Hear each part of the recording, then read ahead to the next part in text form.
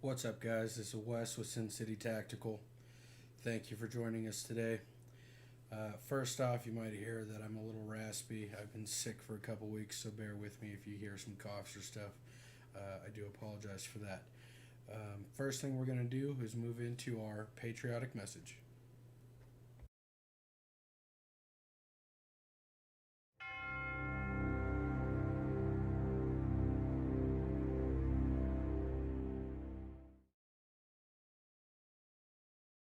A member of the U.S. Army steps up to the counter.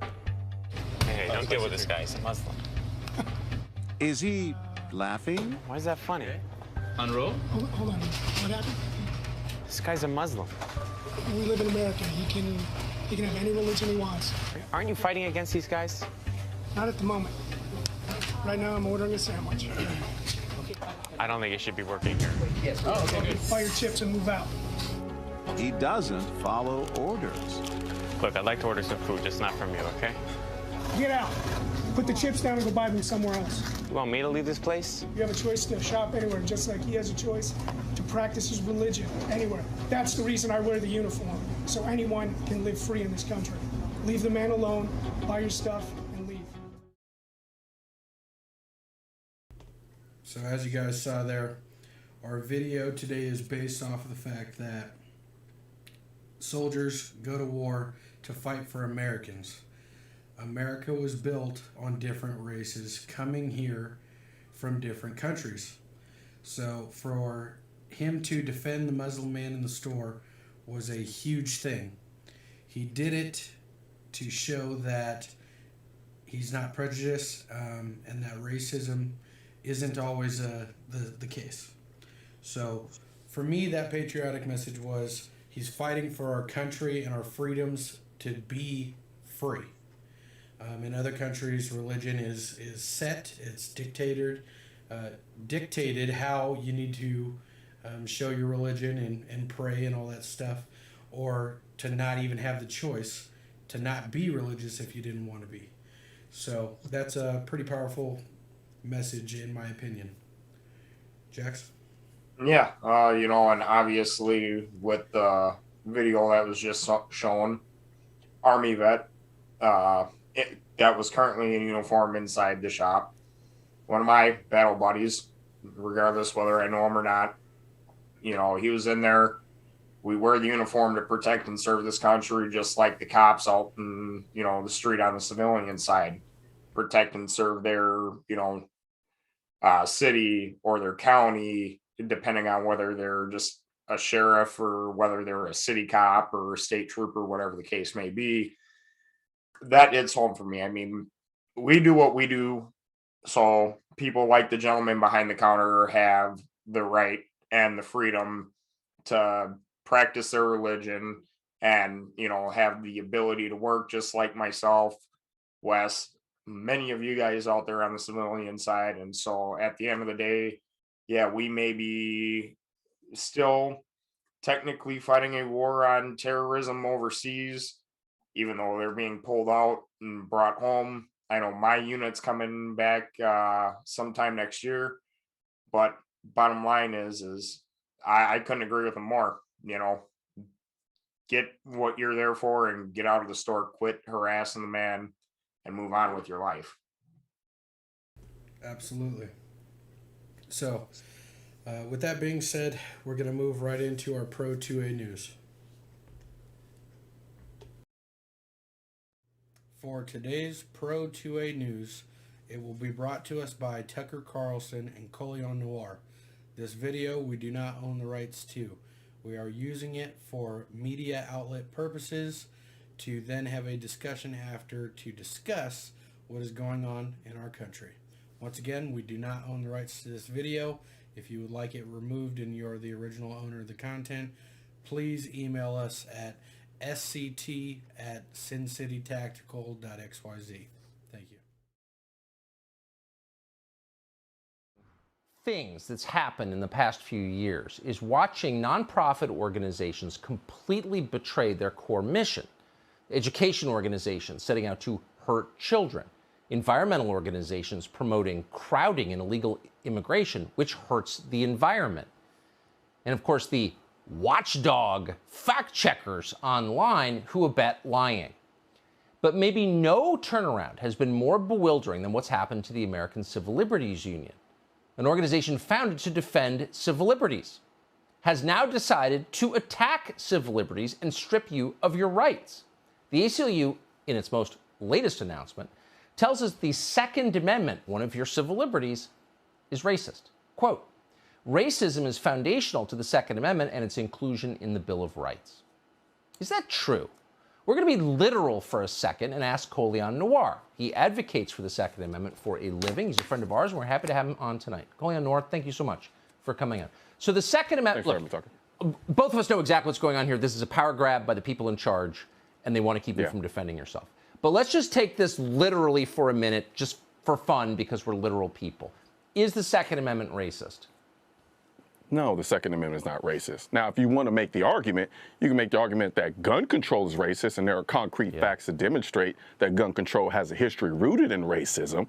But the Second Amendment in and of itself isn't racist. For Christ's sakes, we're talking about a country that got its independence by a group of people coming together with their own arms to fight off a tyrannical government. And then as a result of that, writing the Second Amendment so that we can continue to protect that country. So the notion that the Second Amendment is racist is honestly nothing but a red herring. Because if you can color the Second Amendment and make it seem like it's racist, then anybody defending the Second Amendment is inherently defending racism. Well, that's exactly right. And I remember, I'm not an American history expert or anything, but I thought that men from a bunch of northern states took their own guns south to end slavery by force. They used the Second Amendment to liberate enslaved Africans. I mean, it's completely insane, as you pointed out. Honestly, the book that the ACO is basing this off of is written by an author who is legitimately anti-gun. She literally said it in a conversation with the ACLU where she said she doesn't believe that the citizens should have semi-automatic guns, which, as you and I both know, that's nearly every gun in the country. Right. So that should tell you everything about what this is designed to do. All it is masking a anti-gun agenda under the cloak of racism. And they know exactly what they're doing. And I just hope that people aren't continuing to fall for this because they've been doing it for a long time now. And personally, I think it's kind of disgusting trying to utilize the racial past in this country to get the very people who probably need the gun the most away from the Second Amendment. I just don't understand it, and I don't get it. And then the fact that I'm merely on here talking to you as one of the most prominent two-way defenders in the country, as a young black man, is also kind of bewildering to me, considering. I think you're absolutely right. And of course, we both know they do it because it works, and it's kryptonite for a lot of weak people, unfortunately. I appreciate your standing up for a foundational right that all of us were born with, Second Amendment. Colion Noir, thank you. Hey, Sean Hannity here. Hey, click here to subscribe to Fox News YouTube page and catch our hottest interviews and most compelling analysis. You will not get it anywhere else.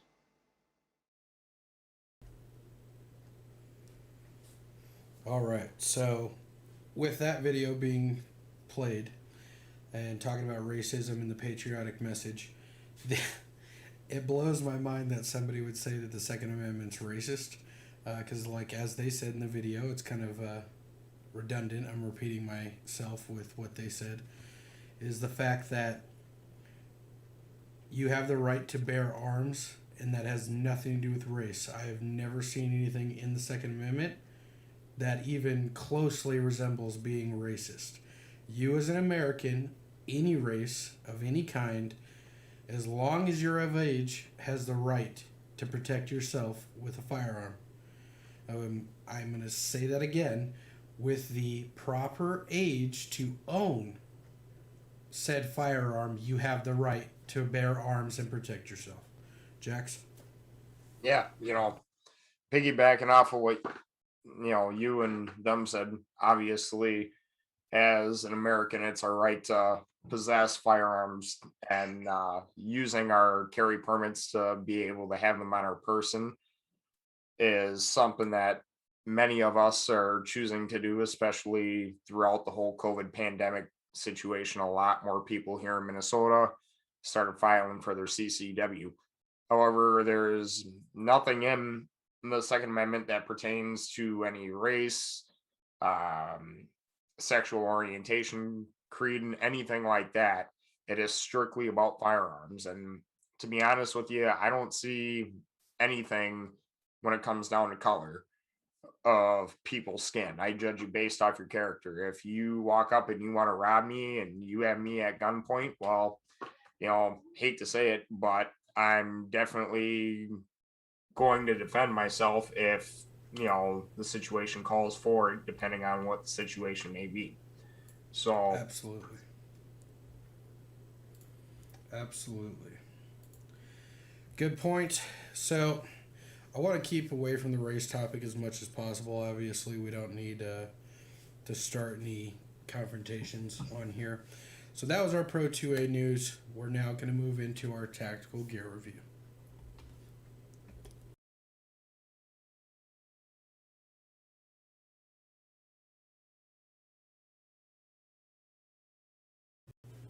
For my tactical gear review item, we're going to go over footwear and how it is important in your missions, your everyday life, not only when it comes to Pro 2A stuff.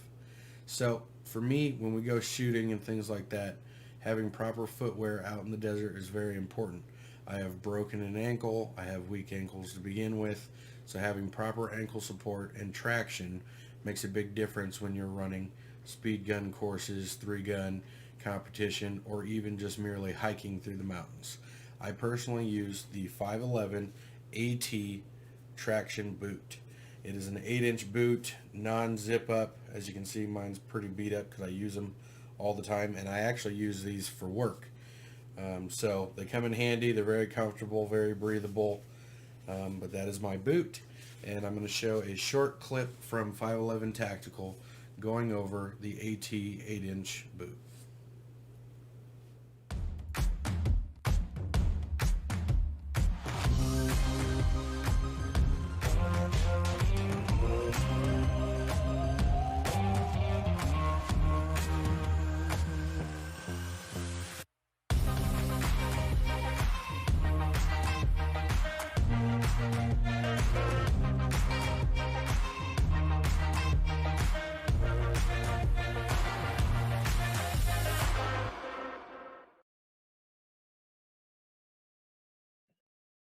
So for this week's tactical gear item, I'm going to go ahead and touch on this lovely Ozark Trail machete. Now, I'll get to this later, but a few key features that I really enjoy are the grooved handle. Obviously, you want a good grip. Your serrated top side, so you can also use it in the field as a saw for cutting wood. Then you have your machete blade itself. Now, it's a decent sized blade. I'd say, well, they say your arm span's supposed to be about how tall you are. So let's say 3 feet. Say about from tip of the blade to end of the handle.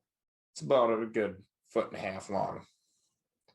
Now, take the 1/2 foot off, you got about a little over a foot long blade, which is kind of nice. So, got a little eyelet hole there for you to run some 550 cord through. Again, we've talked about 550 cord in the past. Love using 550 cord for many different purposes, tie downs of your camo nettings, like we talked about in last week's episode, as well as tying down your gear, whether that's to a tree, to a box on the side of a truck, tying down things to the bed of your truck. Doesn't matter, 550 cord works. However, you run some 550 cord through your eyelet there. Not only do you have a useful machete, you got your perfect grip handle there, but in the event that your grip does slip, you can run that 550 cord through there, use a slip knot, run it down your wrist. This way, if by chance it does happen to fall out, you still have control of it. It's not going to hit the ground and impale your foot.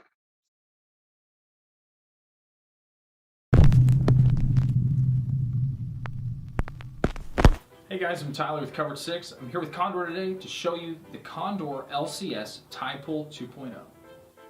So you can immediately see the laser cut material here on the outside to attach anything that you may want to there.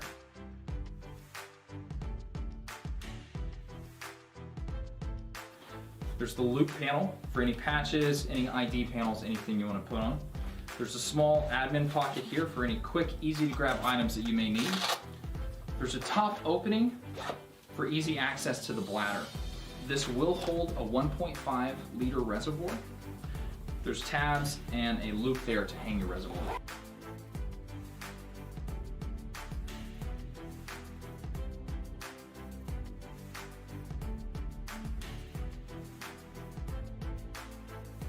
Now moving on to the back of this hydration carrier, there are removable shoulder straps here using the slick clip operation.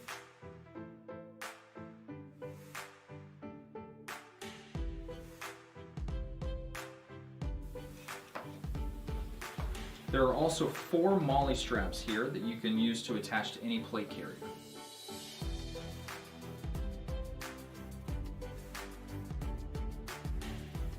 So there you have it, guys. The Condor LCS Tie Pull 2.0. It's perfect for day hikes, plate carriers, whatever you see fit. And it does come with a 1.5 liter bladder. So if you want to learn more, visit CondorOutdoor.com. If you want to purchase one from any Condor Outdoor dealer. I'm Tyler from Covered 6. Until next time.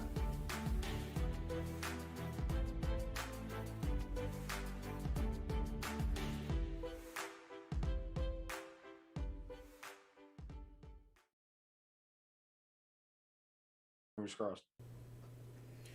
All right, so that was our tactical gear reviews. As you saw, I went with the 511 boots. Like you saw in the video, I use them basically on a daily basis between work, hiking, shooting, whatever it is. It's got good ankle support. They're comfortable and they're breathable. So very excited that I have those. That's my 3rd pair of 511 boots. I first started with the patrol boot. Then I went to the Halicon, whatever. Don't judge me if I said it wrong. Halicon boots. Then I went to those, the ATs. Obviously, those varied in price. I went cheap. I went with a $100 pair of boots first. I liked them. They just didn't last as long. They were zip up on the side, so that was kind of cool.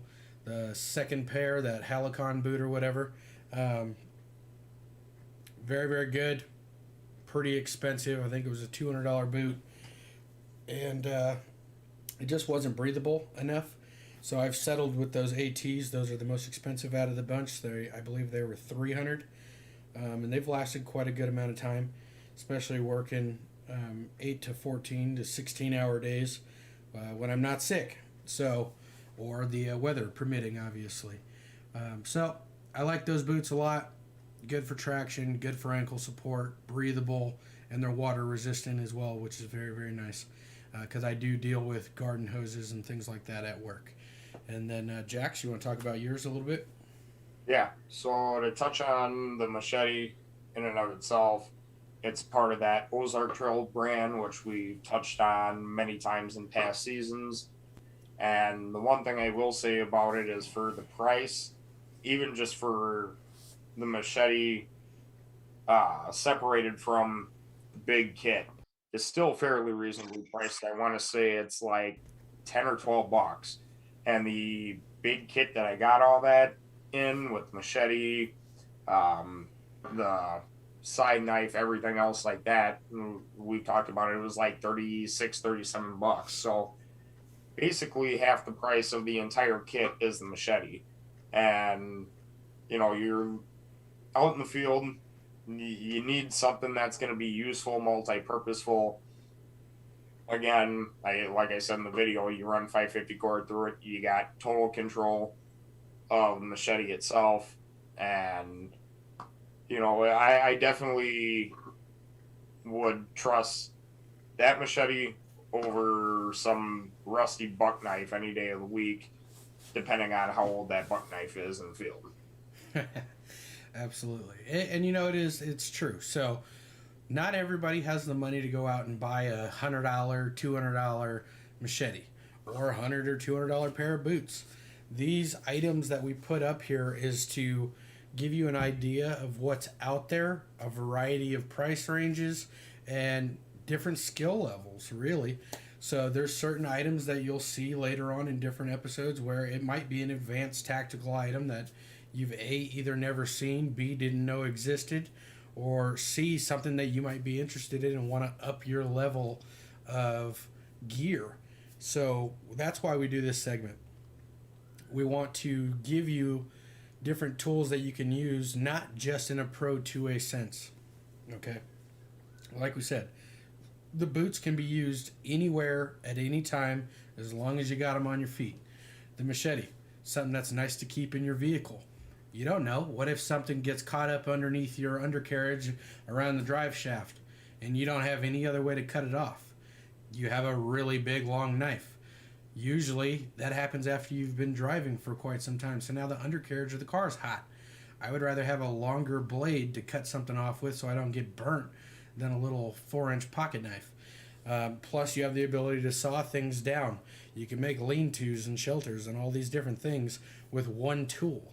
Plus, you can also use it as a weapon to defend yourself if you are stuck out in the wild, or if you're in an urban environment, which obviously I don't recommend doing that, but it's there if need be. You know, it's one of those big things.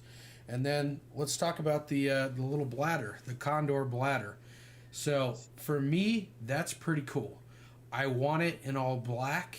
1.5 liter isn't a super amount of water, but in a survival scenario, if you're just sipping it every hour and a half, 2 hours to control your water intake and just make sure that you're not dehydrating too fast, because ultimately you're going to dehydrate. So, you know, drink sparingly. That can be hooked directly onto your plate carrier. That's something that I've been looking for a very long time, is something that I can integrate into my plate carrier.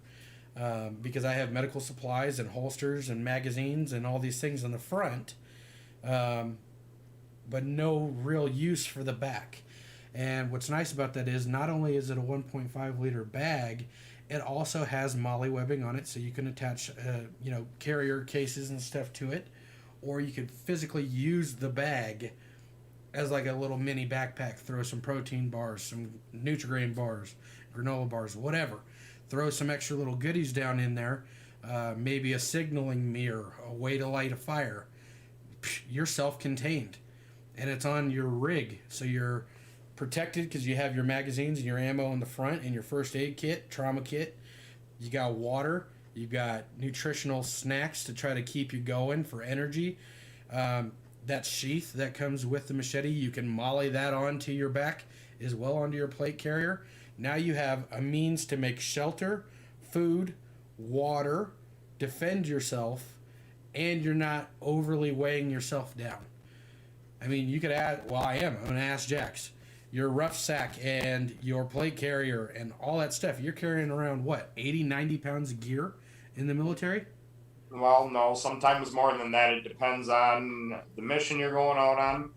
Minimalistically speaking, 80 to 90 pounds. But, for instance, I talked when I was in my AIT days and that, with some of my buddies that were going airborne over in Charlie Company. They would have to do mile-long, 2, 3, 4+ mile-long ruck marches with plates in their plate carriers, and about anywhere from, on the small side, 90, on the heavier side, 140 pounds in their ruck, depending on what gear they needed to bring out into the field and where they fell in formation.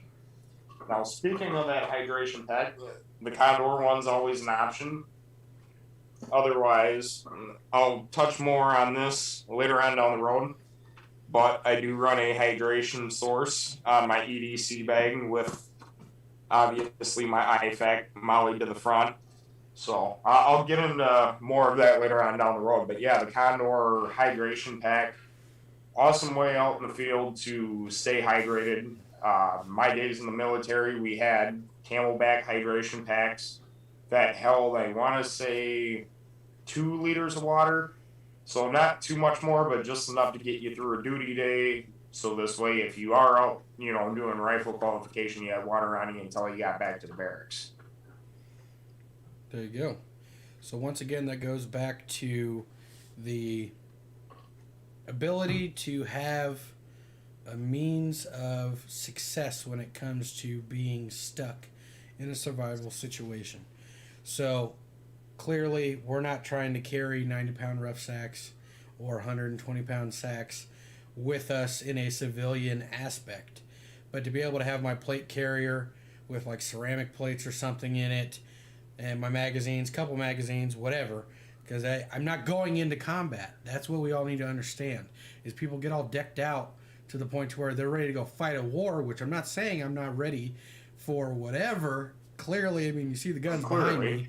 I keep it all locked and loaded and ready to go, until bedtime. And then, of course, they get all put away or whatever when we're not doing live streams and stuff.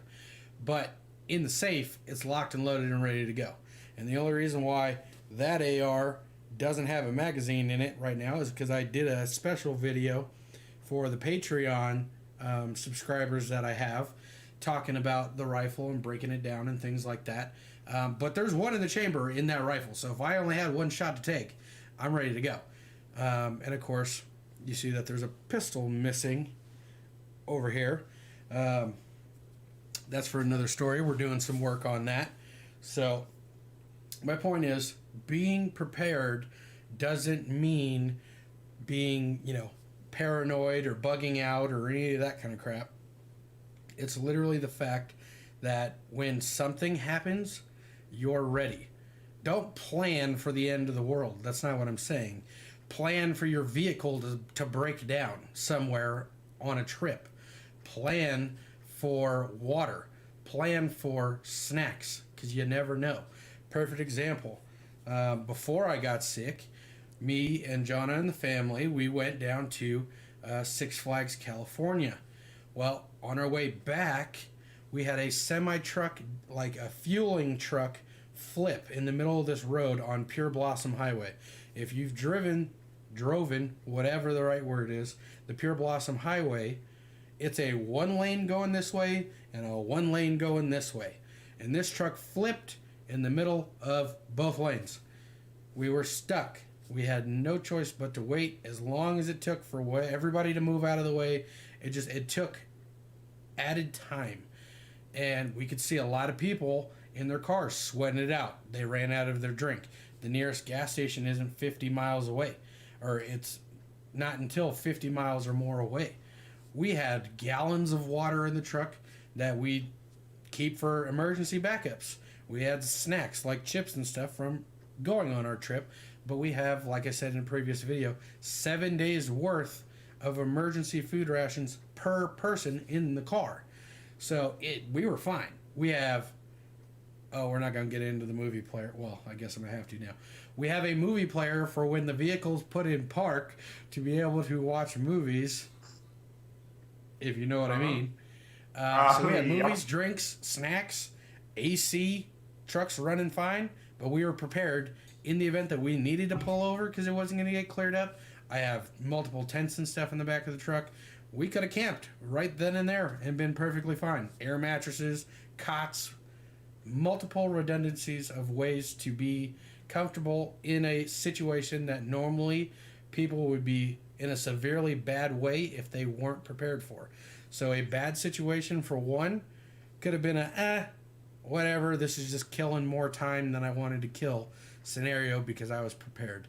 Jax, what are a couple of ways of things that you do to prepare your vehicle or prepare yourself when you go out into the world? Apparently there's somebody on the front door. We're going to shut that off. Yeah. What do you do to prepare yourself? Yeah, so touch on your question, obviously you guys just seen my EDC bag. When we're talking about, these tactical gear items, like we said, it's not preparing for like the apocalypse. But in the event that does happen, obviously we want you guys to be, prepared for that as well. But being realistic here, we're breaking it down by things that are in the moment, or maybe a week, 2 weeks down the road. Like Wes said, the week's worth of food rations inside his truck and water. Okay. I've got my EDC bag with the hydration pack, my IFAC, binos, GPS system in case, I have to use my phone to make phone calls and can't necessarily use my Google Maps. I have a different way of navigating if I get lost and need to get from point A to point B. In my trunk, I keep, basic necessities, tools, spare clothes, and that. And when it really comes down to it, food ration wise, I'm going to have to restock up on that.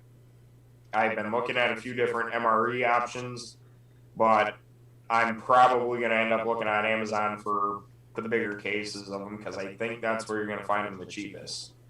Overall, though, we're trying to prepare you to think, a week or two ahead down the road. I mean, obviously, when it comes to vehicle wise, it's kind of like going down the road. If you have a flat tire, obviously, you're going to want to have a bottle jack at the very minimum that the vehicle comes with, and a tire iron to take off that tire and put on your spare until you can safely get your vehicle down the road to the nearest shop and get a new tread put on that tire. So,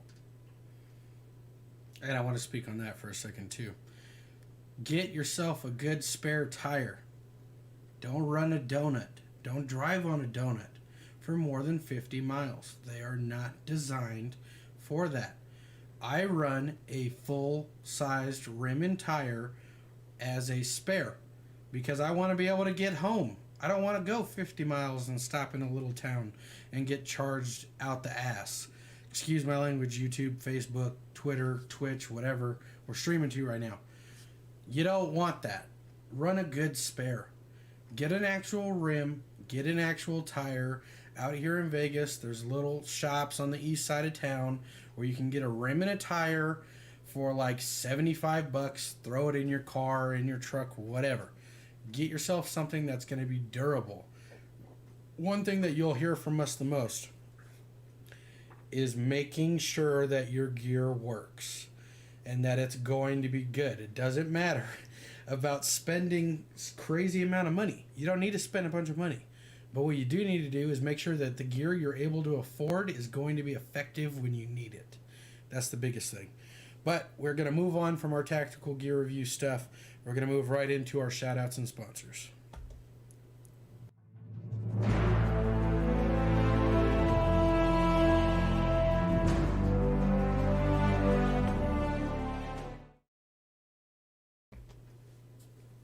All right.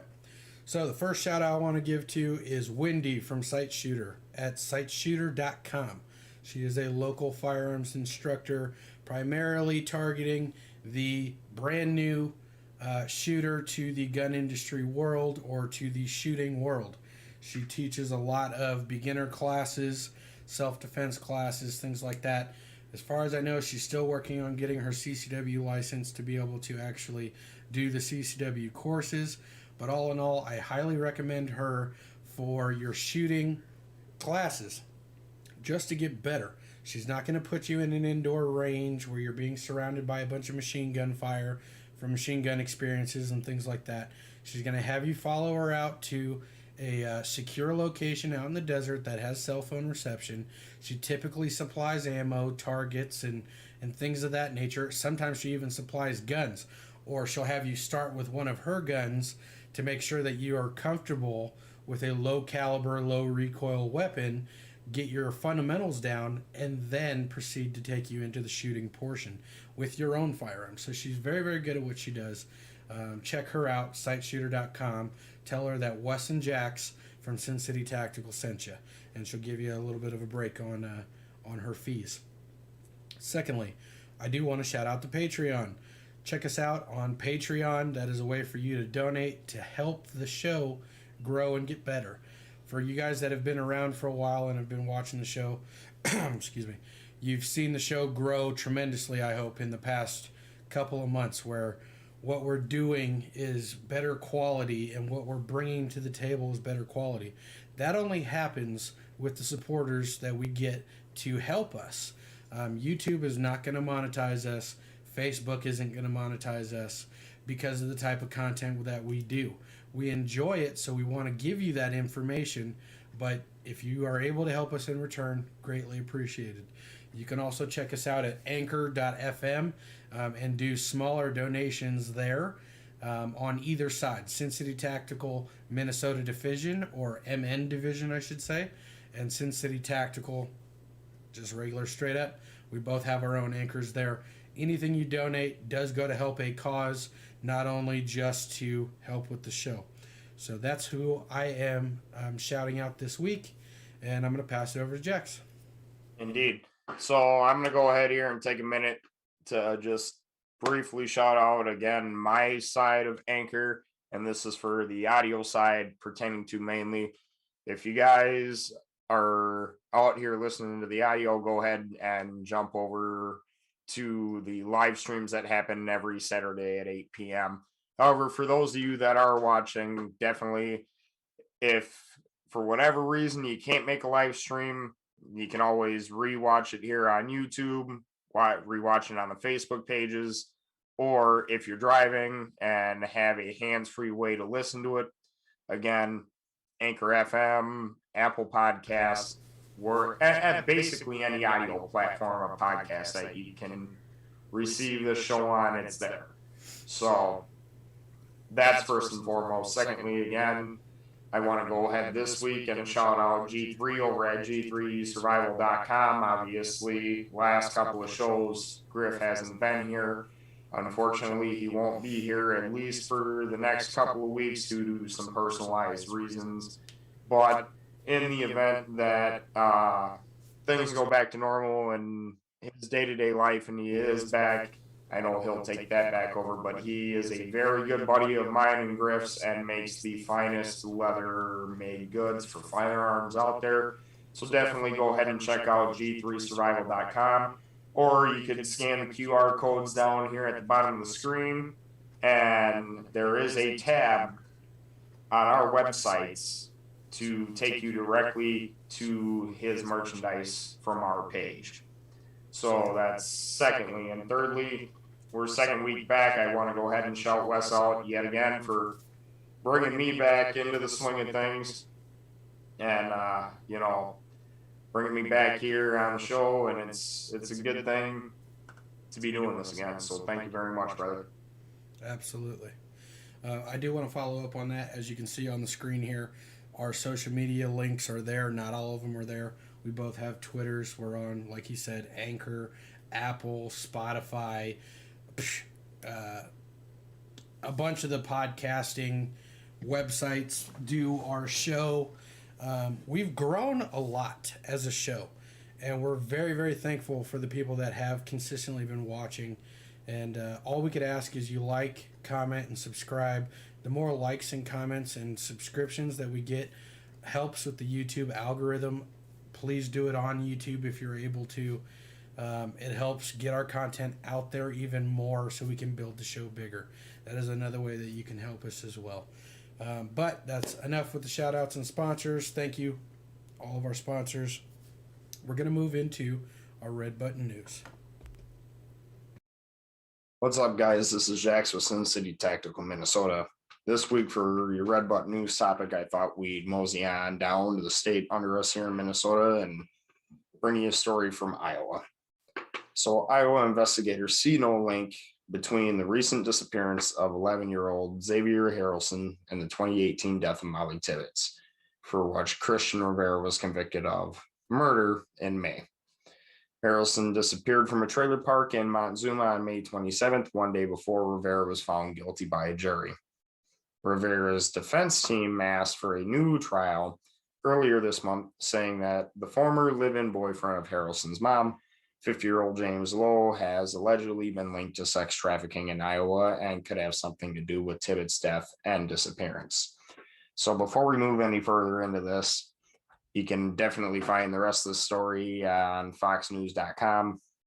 But obviously, Rivera's defense team now wants a retrial, and they're going to have to produce this evidence that proves that Lowell had been linked to sex trafficking down there in Iowa in the first place to even have a plausible story to get a retrial going. At least in my opinion, I'm not sure how well the court's going to take that. But moving forward with the story, the attorneys contended that 2 new witnesses have recently come forward and blamed another 21-year-old man, Gavin Jones, for Tibbetts' murder, putting forth a theory that Tibbetts was allegedly kidnapped into a sex trafficking ring run by Lowe, who then allegedly ordered Jones and another man to kill Tibbetts. Not going to butcher the gentleman's last name, but Mitch, assistant director of the Iowa Division of Criminal Investigation, threw cold water on that theory this week, saying that there is no connection between the cases. We are confident in the investigation, prosecution, and side of Molly Tibbetts, and that he acted alone. So, again, if anything new comes out on this story, I will make sure that I report on it first thing to you guys, and we will see you on next week's Red Button News. All right, walk us through it, Jax. Well, obviously, we touched on the whole Rivera thing with them finding out that, in conclusion, neither the disappearance or the death is linked. Nothing new has come out yet that I've seen, but I am going to be looking into it even further to try to find any other information. But with what we do have, it sounds to me like, regardless of the situation, Rivera's already been convicted and is doing time. His defense attorney, though, wants to get a retrial. And I don't know if necessarily pinning it on Lowell will get him off scot-free if he does get a retrial down there, or if, it's just going to be kind of a long shot for him. But either way, if you did the crime, you deserve to do the time, in my opinion. And he's already made his bed, so now he's got to sleep in it. Absolutely. I mean, there's nothing else really I would add to that. It's crazy world we live in, man. One thing I will say, and I don't know if this is prevalent in Minnesota, and actually, oh, snap, timeout. We're going to add this to the Red Button News. I believe it was yesterday, some dude cut his girlfriend's head off in the streets in the middle of the day out in Minnesota. Oh yeah, I heard about that yesterday, actually. It actually happened down in Shakopee, which isn't too far from where I work down in Savage. So, that give or take, it's, I think, half hour away from Savage, and the rumor going around town was dude went nuts and cut his girlfriend's head off. So I'll have to look into that too and bring you the full story once I figure out what's going on there. Yeah, so that's crazy. But back to the sex trafficking thing. Out here in Vegas, there's signs where it's saying modeling, want to take your photo. It's like little signs like Realty, KB Homes, this way type of signs. Do not call those. Do not go to those photo shoot things. I'm primarily talking to the younger women out there, especially like Jonna's age, things like that. Do not get tricked into fake modeling scams. To me, when I see those signs, I see sex trafficking. That's what that is to me. Because, first of all, models don't approach anything without an agent and people looking at it and things in that sort. So to call somebody for a photo shoot doesn't sound good. So I wouldn't do that if I were you. Please try to avoid those type of things. That's just a PSA, okay? All right, we're going to move into the EDC how and why.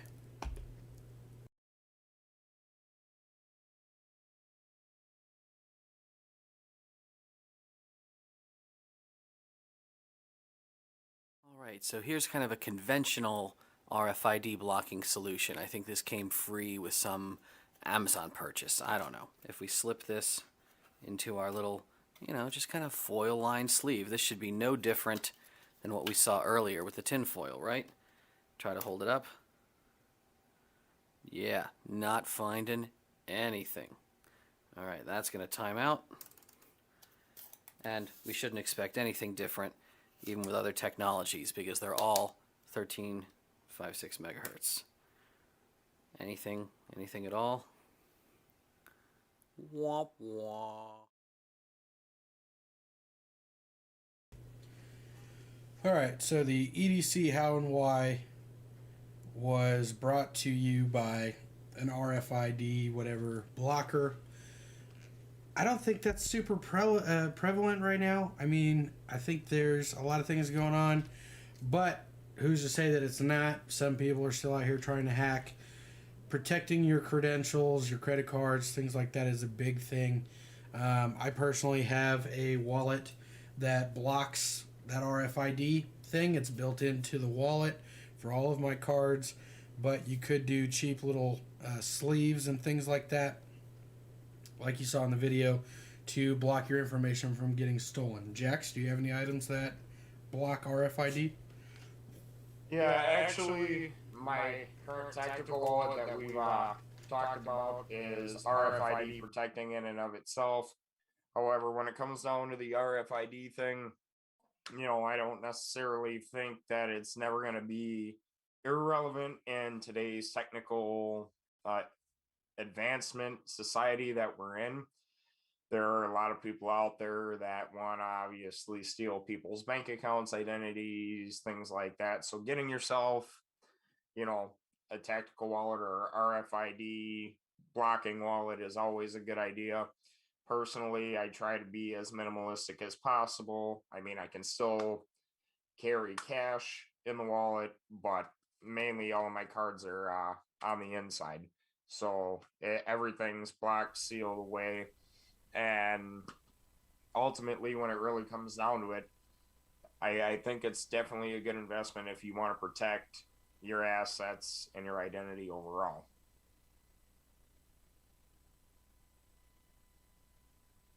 Oh, can't hear you, brother.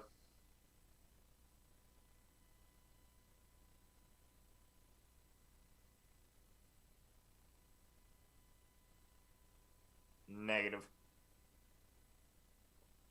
Pardon us while we figure out this quick little technical difficulty, ladies and gentlemen. That is a negative.